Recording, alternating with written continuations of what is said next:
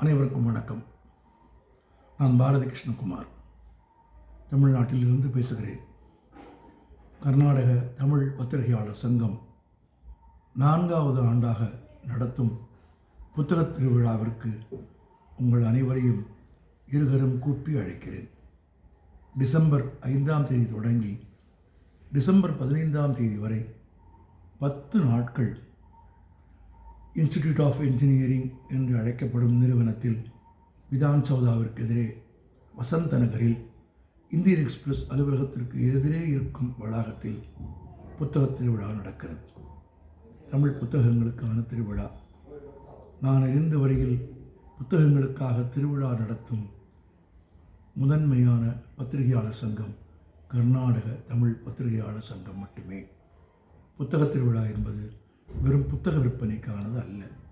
அது மொழியை கொண்டாடுவது, எழுத்தை கொண்டாடுவது, தமிழர் பண்பாடு, மரபு, கலாச்சாரம் இவைகளை போற்றுதலுக்குரிய மேன்மைக்குரிய இந்த பணியை செய்யும் கர்நாடக தமிழ் பத்திரிகையாளர் சங்கத்தை நெஞ்சம் நிறைந்து வாழ்த்துகிறேன்.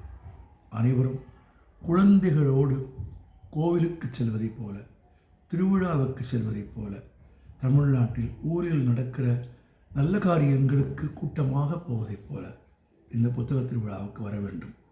புத்தகங்களை வாங்கி வீடுகளில் சேமிக்க வேண்டும். குழந்தைகள் உயர்ந்த பதவிகளுக்கு வர வேண்டும் என்று ஆசைப்படுவது நமக்கு உரிமைதான். ஆனால் அந்த உரிமையை நிறைவேற்றுவதற்கான கடமை வீட்டை புத்தகங்களால் நிரப்புவது. வீடு பள்ளிக்கூடம் போல் இருக்க வேண்டும் என்று கருதுகிற ஒவ்வொருவரும், பள்ளிக்கூடம் வீடு போல இருக்க வேண்டும் என்று கருதுகிற ஒவ்வொருவரும் வீடும் பள்ளிக்கூடம் போல இருக்க வேண்டும் என்று கருத வேண்டும்.